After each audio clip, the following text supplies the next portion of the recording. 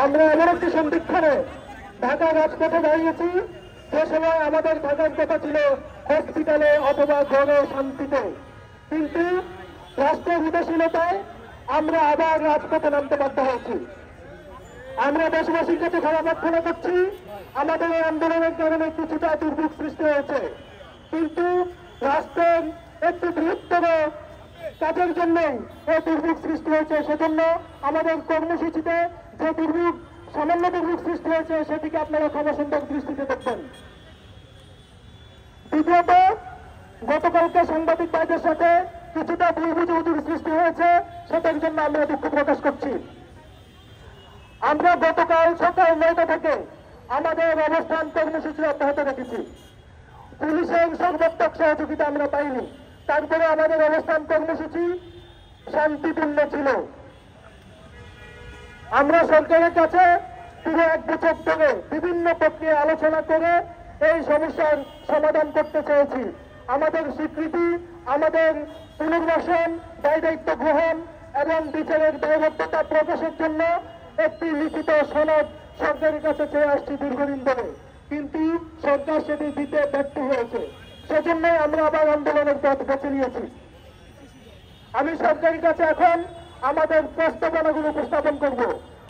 প্রস্তাবনা: আমরা বাংলাদেশের জনগণ স্বাধীনতা ও গণতন্ত্রপ্রিয় জাতি হিসেবে 2024 সালের জুলাই মাসে সংঘটিত ঐতিহাসিক গণঅভ্যুত্থানের বীর শহীদদের প্রতি শ্রদ্ধা নিবেদন করছি এবং আহত সংগ্রামী জনগণের আত্মত্যাগকে কৃতজ্ঞতার সাথে স্মরণ করছি।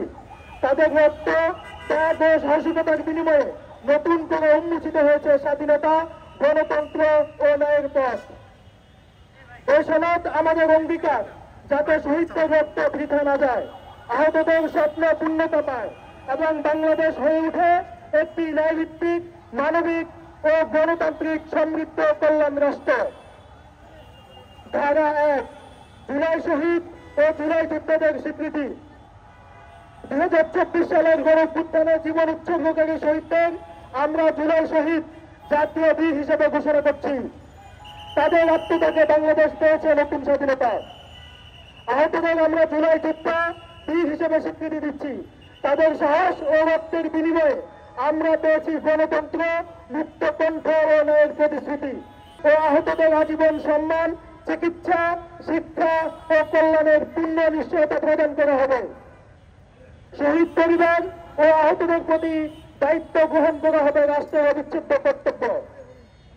আহতদের সকল চিকিৎসা, পুনর্বাসন, কর্মসংস্থান ও কল্যাণমূলক দায় রাষ্ট্র সরাসরি বহন করবে। আহত ও শহীদ পরিবারের জন্য আজীবন সম্মানজনক বাধা নিশ্চিত করা হবে, যা তাদের অধিকার হিসেবে স্বীকৃত থাকবে।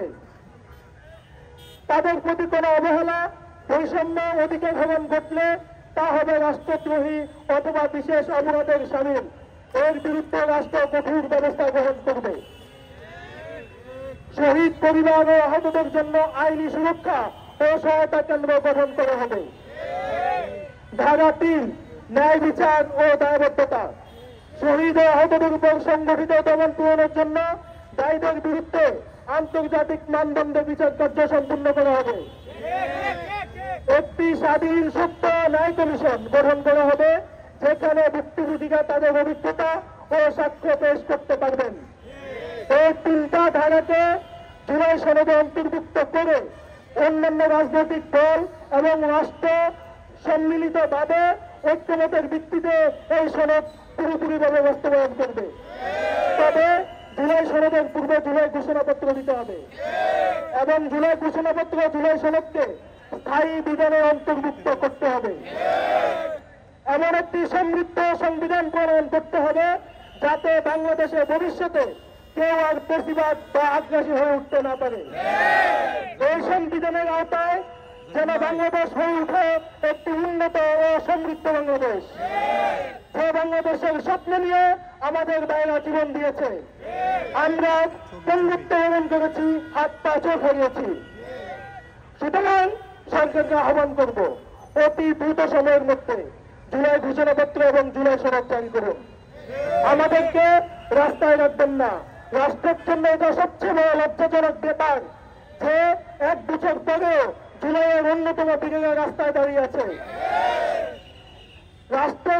সবচেয়ে বড় ব্যর্থতা এখানেই প্রমাণিত হয়। জুলাইয়ের শহীদ পরিবার এবং আহতরা রাস্তায় থাকা সত্ত্বেও রাষ্ট্র এত লম্বা একটা সময় পার হয়েছে, কোনো ব্যবস্থা গ্রহণ করতে পারে নাই। রাষ্ট্রের কোন একজন দায়িত্বশীল এসে আমাদের সাথে যোগাযোগ পর্যন্ত করে নাই যে তোমাদের দাবিগুলো কি প্রক্রিয়ায় মানা যায়, কিভাবে তার সমাধান করা যায়। রাষ্ট্র এত বেশি আমাদের প্রতি উদাসীন।